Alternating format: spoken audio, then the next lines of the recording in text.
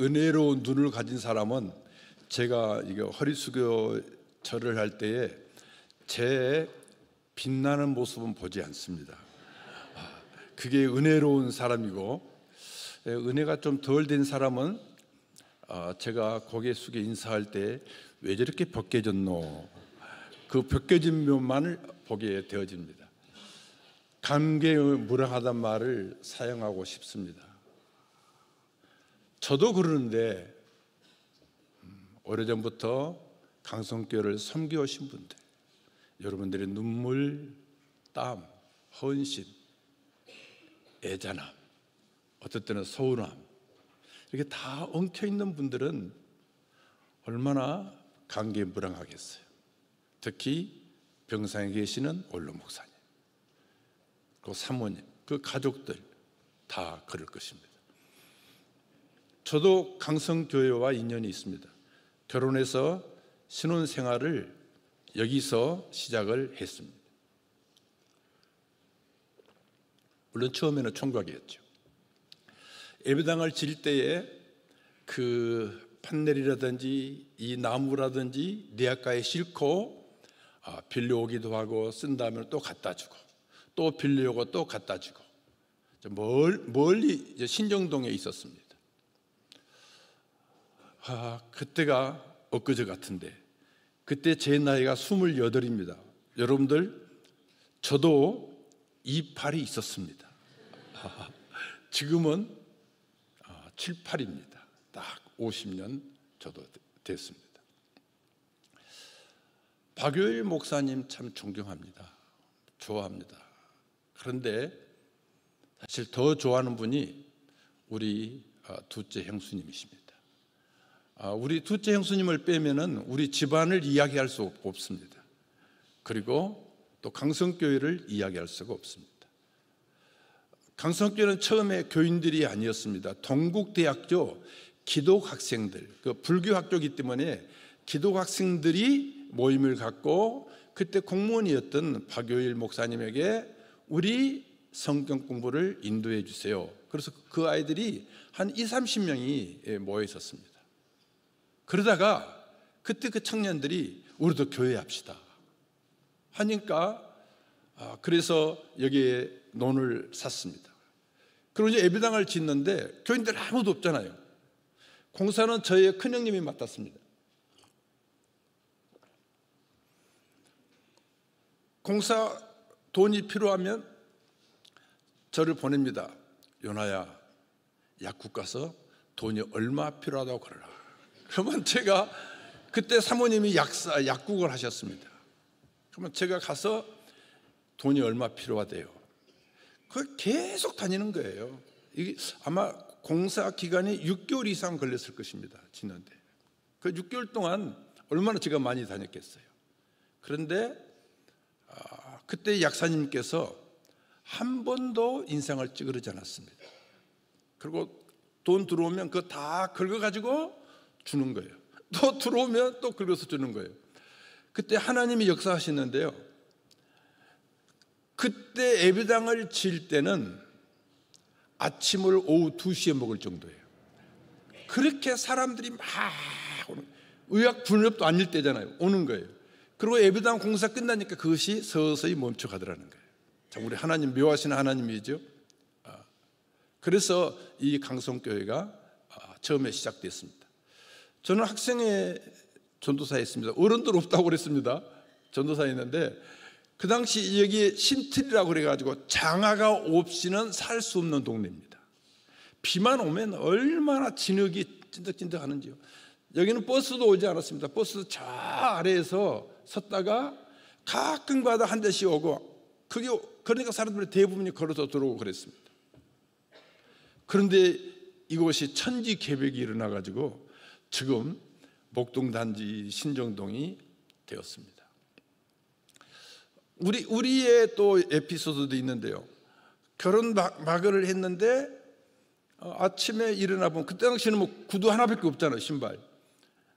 우리의 신발에 물이 가득 차 있습니다.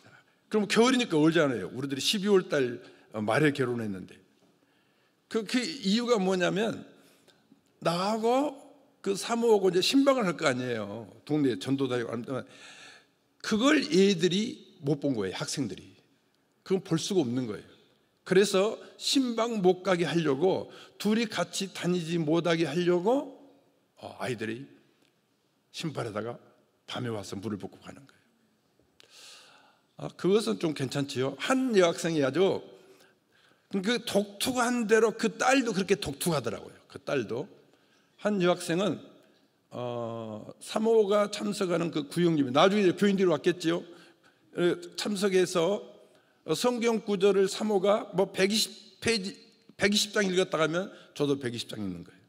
사모가 뭘 책 봤다 하면 자기도 그걸 보는 거예요. 그러면 그때 그 학생, 이 학생이 몇 학년이었는가? 중2였습니다.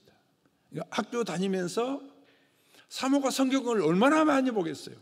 그러면 사모한테 안기는 거예요. 안기는 거예요.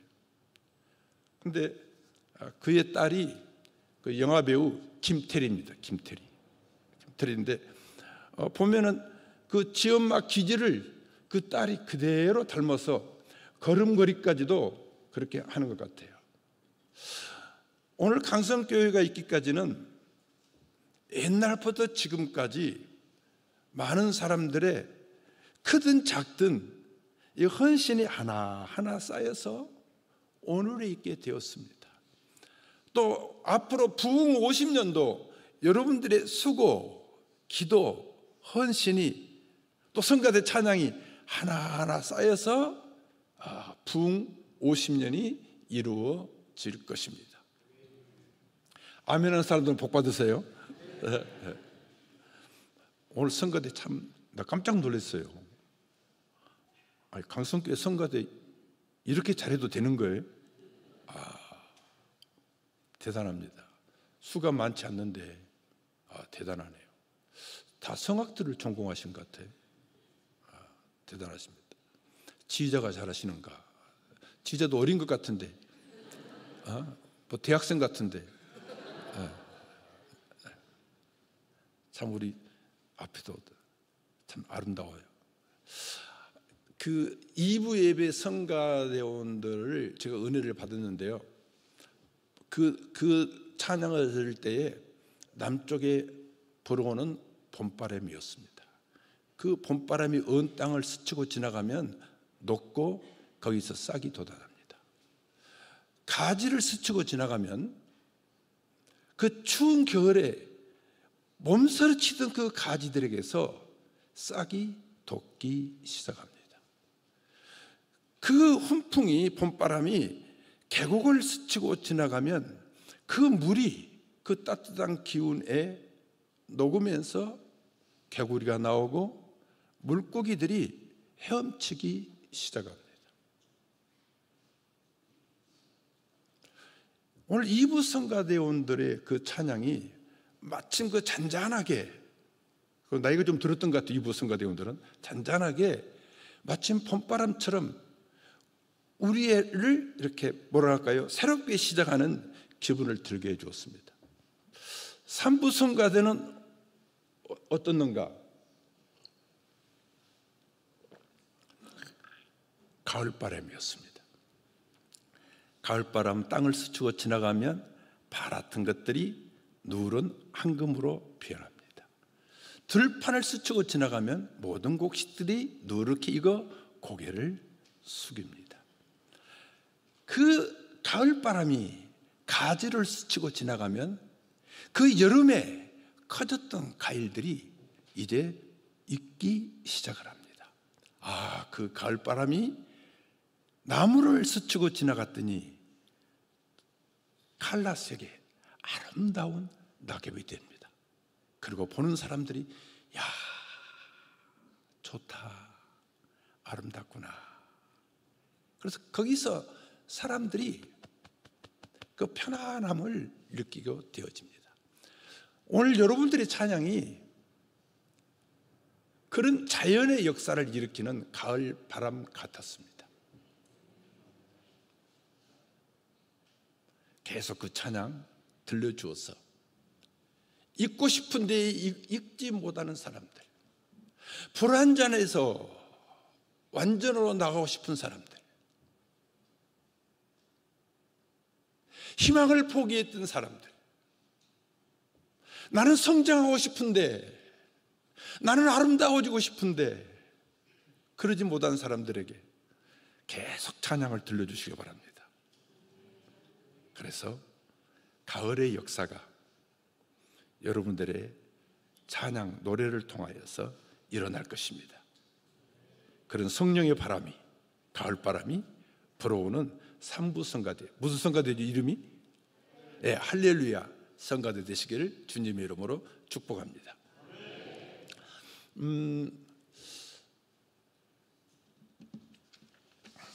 지금 제 손이 떨립니다. 떨리는데 오늘 2부 때 제가 물었어요. 여기 온고대로 설교할까요? 제가 2주 전에 제가 섬겼던 교회에 설교하러 갔습니다. 근데 그 설교하러 가기 전에 한 3일 전에 그 집 자녀들과 부부와 그리고 우리 부부가 함께 밥을 먹을 때 제가 구정 때 박요일 목사님이 했던 설교, 말씀하셨던 것을 나누었습니다. 그랬더니 그 피택 장로인데, 목사님 이번 주에 우리 교회에 오시는데 그 설교 우리 교인들 다 듣게 해주세요. 저는 마태복음 25장 가지고 이미 설교 준비가 거의 됐었습니다. 근데 꼭 우리 교인들이 들었으면 좋겠습니다. 그래서 본문을 바꾸어서 박요일 목사님에 대해서 설교를 했습니다. 여러분들에게도 묻습니다. 자, 제가 소망교회 가서 설교했던 걸 할까요? 그것은 물론 원고는 안 가져왔습니다. 할까요? 아니면 2부 때는 이대로 해달라고 해서 이대로 했고 맛배기만 제가 보였습니다. 이대로 할까요? 어떻게 설교하기를 원하십니까? 한번 손들어. 자, 원고대로 해주세요 하시는 분 손 들어보세요. 그러면 그냥 알아서 하세요 하시는 분 손 들어보세요.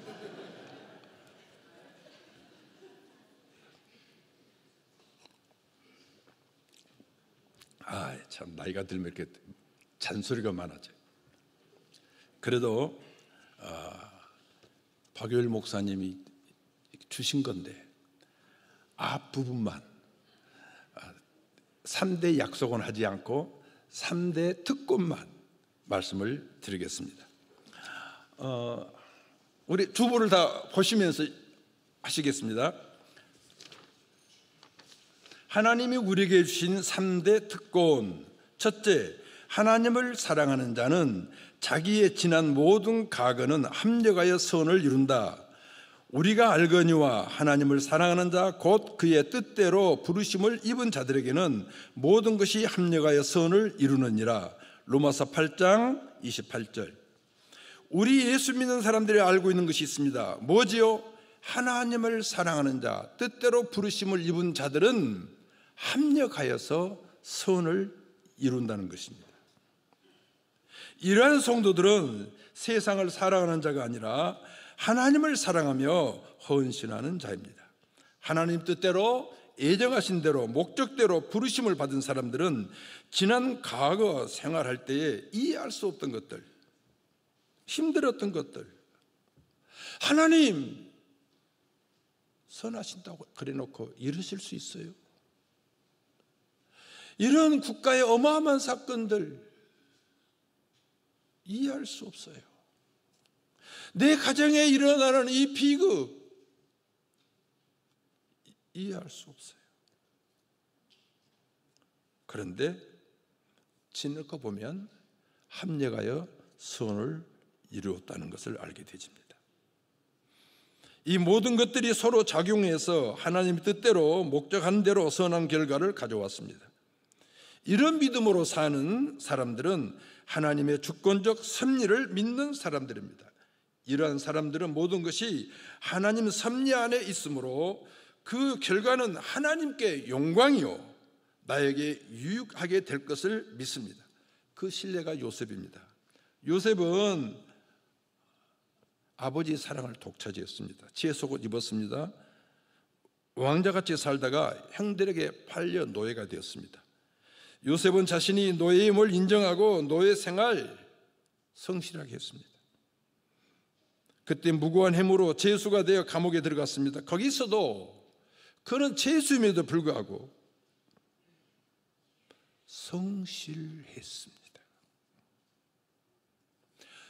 요셉은 이를 통해서 경영을 배웠습니다. 감옥 생활에 장관들이 들어오는 것을 통하여서 정치를 배웠습니다. 하나님의 은혜로 흉년의 대비책을 세웠고 국가 경영의 지혜를 얻었습니다. 만약 요셉이 형들을 원망했다면, 저주했다면, 자기를 감옥 가게 했던 여자를 저주했다면 국가를 경영할 만한 큰 사람은 되지 못했을 것입니다. 그는 하나님이 어린 시절에 주신 꿈을 간직하고 주어지는 환경을 긍정적으로 받아들여서 최선을 다한 것은 하나님을 믿었기 때문입니다. 내게 일어나는 모든 사건은 하나님께서 섭리하셔서 하나님께는 영광이고 내게는 유익한 것으로 바꾸어 놓으셨다. 이것이 요셉의 신앙이고 인생관이었습니다. 그리고 나의, 그리고 여러분의 것도 됩니다. 지난 과거가 되풀이되는 것입니다. 지난 과거가 합력하여 선을 이뤘다면 오늘도 합력하여 선을 이룰 것입니다. 어떤 사람에게는 좋은 일, 어떤 사람은 나쁜 일이 일어날 것입니다. 그러나 그것도 하나님의 뜻대로 부르심을 입은 사람들에게는 합력하여 선을 이루립니다.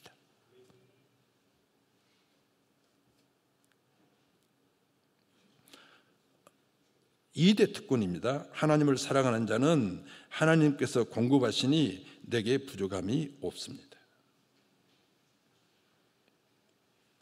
그렇습니다. 부족함이 없습니다.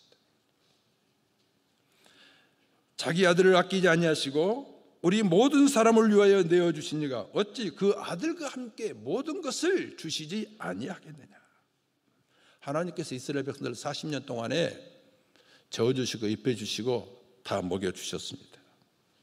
공급해 주셨습니다. 아낌없이 주셨습니다. 박효일 목사님의 고백입니다. 나는 지금까지 살아오면서 나의 하나님은 나의 모든 것의 공급원이 되어주셨습니다. 어려서는 믿음의 가정에서 태어나게 하시고 산골 작은 교회에 훌륭하신 전도사님 4분을 만나게 되었고 그 당시 거지와 나병 환자들이 떼지어 몰려다닐 때 김성수 전사님은 늘 그들을 불러 밥상을 같이 하셨고 사모님은 그것을 싫어하지 않으셨습니다. 공부할 때 학비 주셨고 직장과 가정을 주셨습니다. 3개 대학에서 교수 생활을 하게 하셨고 지금은 좋은 교회와 성도들을 주셨습니다. 이처럼 살면서 하나님의 섭리와 역사하심을 보게 하셨고 몸으로 체험케 하셨습니다. 하나님께서는 자기 자녀들의 삶을 보시고 조정하십니다.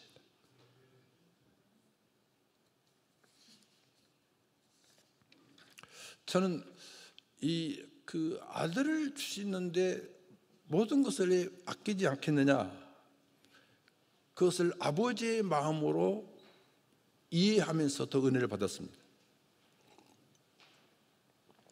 저는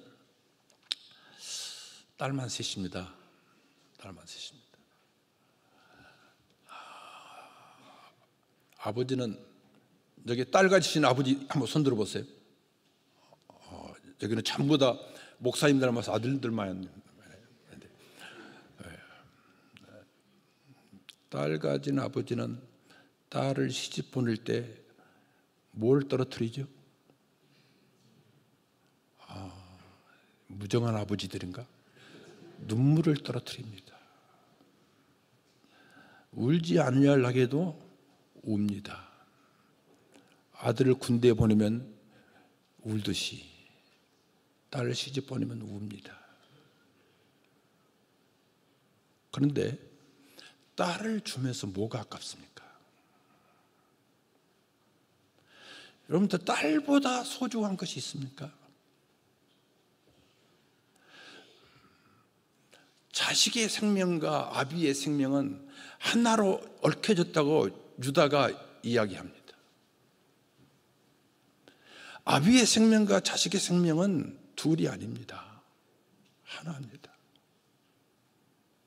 그런데 딸을 준다. 다른 걸 다 줄 수가 있는 거예요. 아깝지 않는 거예요. 우리가 곧 80을 내다보는데요, 막내 딸이 얘가 셋인데 토요일 와서 하룻밤 자고 주일날 예배 드리고 서울로 올라갑니다. 토요일날 집 엉망입니다. 엉망입니다. 왔으면 좋겠습니다. 왔으면 좋겠습니다. 빨리 갔으면 좋겠습니다. 나는 그걸 이해가 안 됐는데 지금은 이해를 합니다.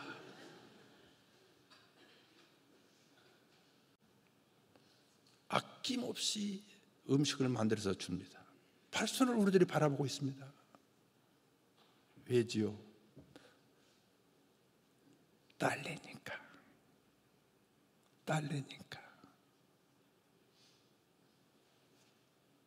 아깝지 않는 거예요. 기쁜 거예요. 그 고생이 고생이지만 낙으로 변화되는 거예요. 그것이 아비예요. 어머니들 더 아시겠죠? 하나님이 아들을 우리 죄인들을 위해서 내어주셨는데, 그 아들은 우리를 사랑하셔서 내 생명을 구원하시기 위해서 십자가에서 죽으셨는데 뭘 아깝겠습니까? 그 하나님의 사랑이 내 심장이 되는 겁니다. 그래서 그 십자가의 사랑이, 그 아버지의 사랑이 내 열정이 되는 것입니다.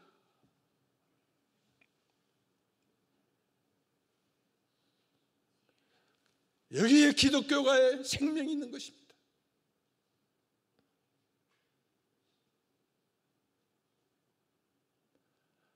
아끼지 않으시고 주신다는 거예요.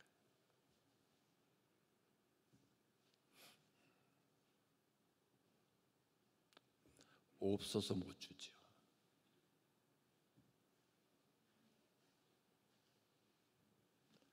그렇게 하나님은 주십니다. 세 번째 특권은, 3대 특권은 참 이 말씀이 너무 좋잖아요. 우리 마지막 절 37절 다 같이 읽겠습니다. 시작.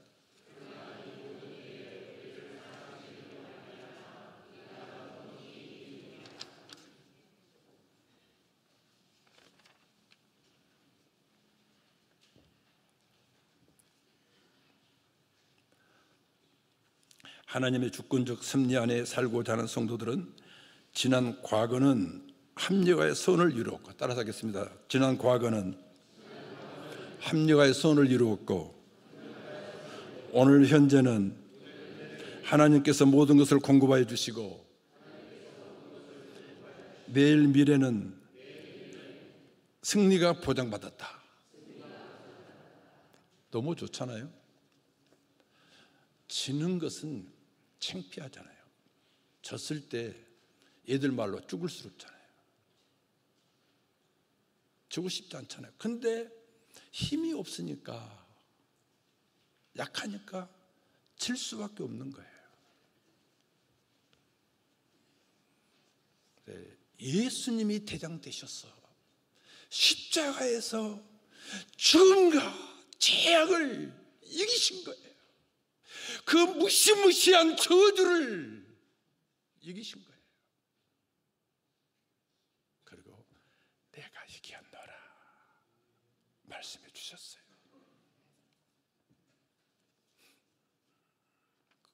그래서 이기는 거예요. 불교나 유교는 자기가 수고해서 자기의 수양으로 이기는 것입니다. 그런데 우리는 그런 사람 인류 역사에서 몇 명이나 되겠습니까? 시집가고 장가가는 사람은 그것은 공연불에 불과합니다. 그런데 예수님께서 넉넉히 이기셨느니라. 믿습니까? 그래서 우리가 이기는 거예요. 죽음도 이기는 거예요. 저는 그 믿음 생활을 제대로 못했던 분들, 저도 장례식을 많이 봤잖아요. 그런 그 나이 많은 분들, 그 임종예배 들으러 갑니다. 가면 평상시의 삶은 그 편안하지가 않았어요. 굉장히 짜증나고 불안하고 웃음도 없었어요. 그런데 죽은 모습 봤더니 편안한 거예요. 누가 이기게 해주셨죠? 누가 이기게 해주셨죠? 여러분 걱정하지 마십시오. 난 죽을 때 내가 그렇게 죽으면 내 애들한테 창피할 건데 걱정하지 마십시오. 그때 누가 이기게 하시죠? 넉넉히 이기었느니라. 그분이 이기셔서 죽음으로 이기셔서 우리도 죽음을 이기는 거예요.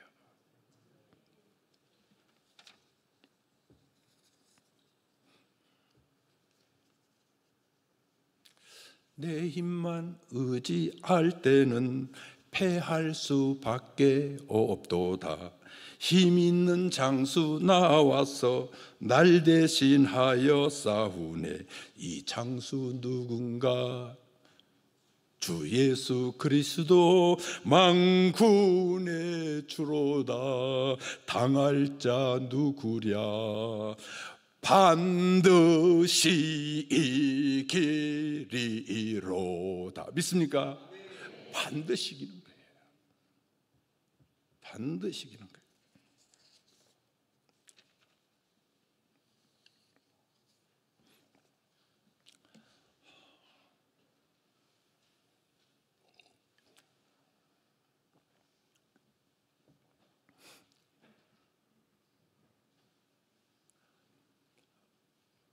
난 정말 우리 두째 형님을 참 좋아합니다. 오늘 내가 목사 된 것도 우리 두째 형님 때문입니다.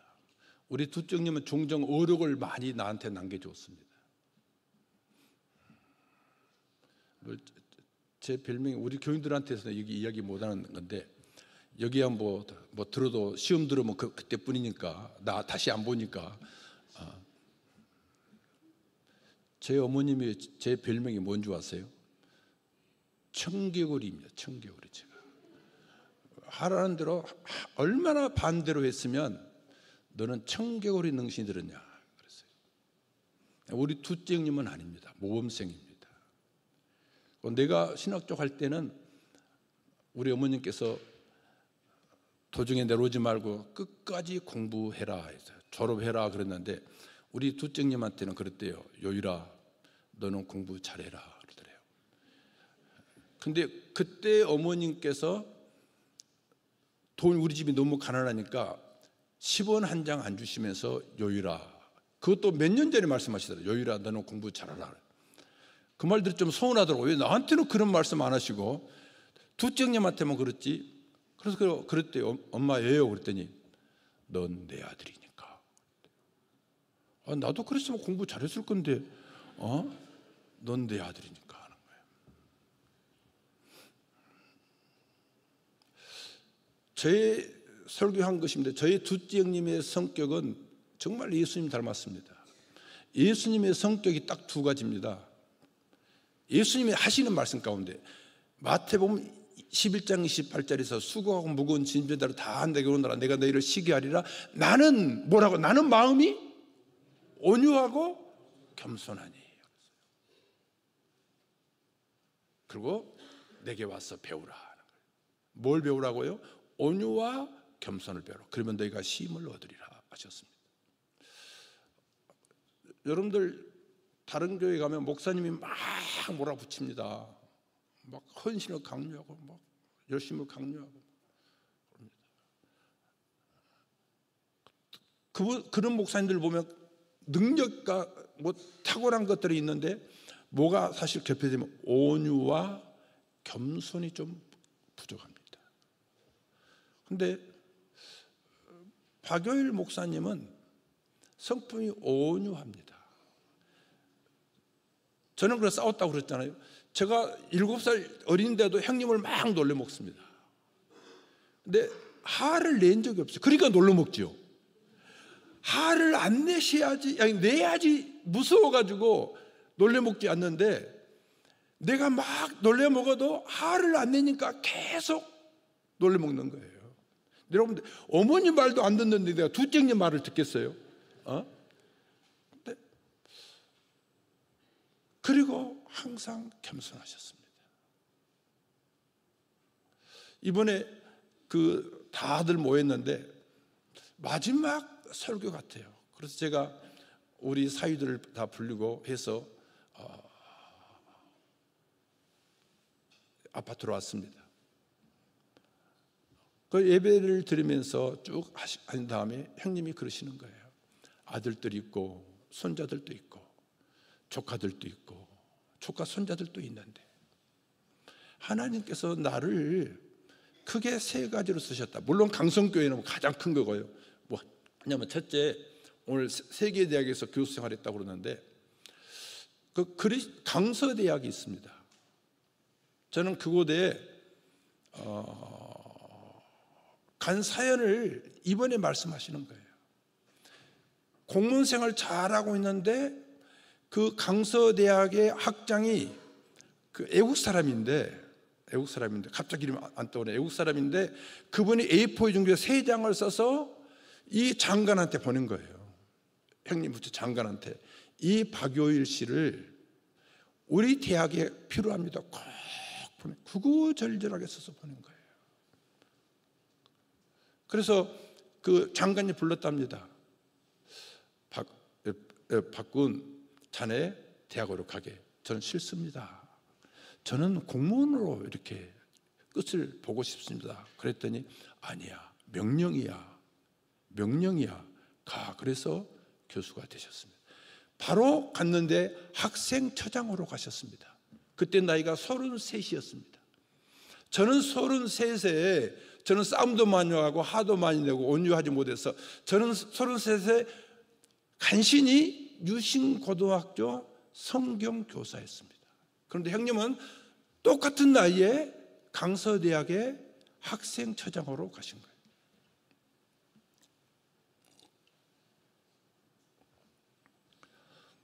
두 번째로 백석교단의 이사장을 하셨는데 그 이천교회가 형님이 이사장 하는 사람에 10,000교회가 넘어가더라는 거예요. 여러분 잘 알잖아요. 박유일 목사님이 막 교회 쫓아다니면서 막 교회 가입, 그럴 뿐 아니죠. 가만히 있는데 그렇게 교단이 성장하더라는 거예요. 근데 다른 사람들이 다 하지만 이사장이에요. 이사장.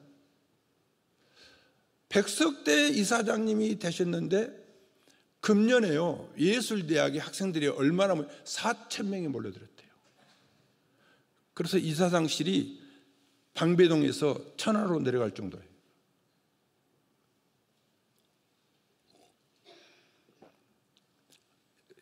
오해 없고 들으시기 바랍니다. 윤석열 대통령이 그리 예배 들어와가지고 30분 전에 와서 이야기하고 예배 끝난 다음에 1시간 동안 이야기를 하고 가더래요. 그리고 몇 달 뒤에는 이재명 민주당 대표가 와가지고 예배드리고 목사님 나를 위해서 기도해 주셔야 돼요. 나는 당신을 좋아하지 않는다고, 지지도 않는다. 그래도 기도해 달라고. 그때 안 한다고 그러는데 성령께서 목사가 누구든지 와서 기도해 달라고 하면 기도해 줘야지. 그래서 기도해 주는 바람에 그 형님이 출근할 때마다 누가 와가지고 시위를 부른대요. 그러면 등어리 툭툭 떨어지면서 수고하게 하고 가신다는 거예요. 강서대학 그 새파란 사람이 학생처장으로 오니까 얼마나 시비거리가 많았겠어요. 한 번도 안 싸웠대요. 그때 형님은 장로교 이제 목사가 됐어요. 장로교 목사가 돼서 그 다른 교단의 학생처장이니까 그게 되겠어요? 그래도 안 싸우셨대요. 그러면서 하시는 말씀이, 하나님이 나를 이렇게 쓰셨던 것은 나는 안 싸웠다. 안 싸웠다. 뭐라고요? 안 싸웠다. 제가 그전부터 우리 딸들에게 말합니다. 저는 우리 딸들에게 물러준 것이 없으니까, 얘들아, 땅을 갖고 싶냐? 인간은 땅에서 왔기 때문에 누구든지 땅을 갖고 싶어 하는 거예요. 땅을 갖고 싶냐? 그러면 온유해라. 온유한 자는 복이 나니 저가 땅을 기업으로 받을 것이며. 누가 땅 받는다고요? 그러니까 부모님이 땅만 해서 물러준 사람들은 싸워도 괜찮아요. 그러나 그렇지 못한 사람들은 땅을 갖고 싶다면 뭐 하지 말아라고요? 싸우지 말아라. 우리 오늘 가을바람 같은 성가대원들, 성가할 때는 가을바람이었는데 집에 가서 여름바람이 되면 안 됩니다. 싸우지 말아야 됩니다. 저한테 한 말입니다. 기분 나쁘면 저는 이렇게 막 화를 내는데, 싸우면 안 된다는 거예요. 안 싸운 사람에게 하나님께서 그렇게 은혜를 베푸신다는 거예요. 박효일 목사님은 예수님의 온유와 겸손을 가졌습니다. 그분이 조영희 목사처럼 큰 슈퍼 목사님은 아니었지만 온유하시고 겸손하셨습니다. 이부 예배 때 형수님한테 물었어요. 박효일 목사님이 안 싸운대요. 고집은 좀 있는데 안 싸운대요. 안 싸운대요. 이게 우리들이 가져야 될 이상이고 꿈입니다. 우리가 많은 화려한 것 갖겠다는 것이 우리 이상과 꿈이 아니라, 나이가 들수록 우리 이상과 꿈은, 희망은 예수님 닮은 거예요. 예수님의 성품이 뭐였다고요? 온유하고 겸손했다. 시간 많기 때문에 자세한 거 말하지 않겠습니다. 온유하고 겸손한 거. 박효일 목사님이 온유하고 겸손했어요. 그래서 저도 예수님 닮고 싶고 존경하는 박효일 목사님을 닮고 싶습니다.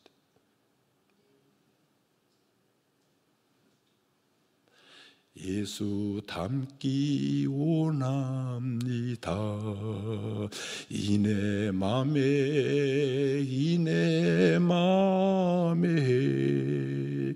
예수 닮기 원합니다. 이내 맘에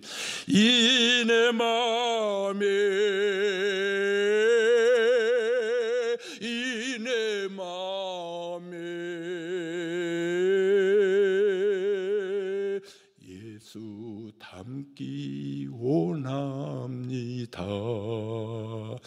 참마음으로 기도하시겠습니다.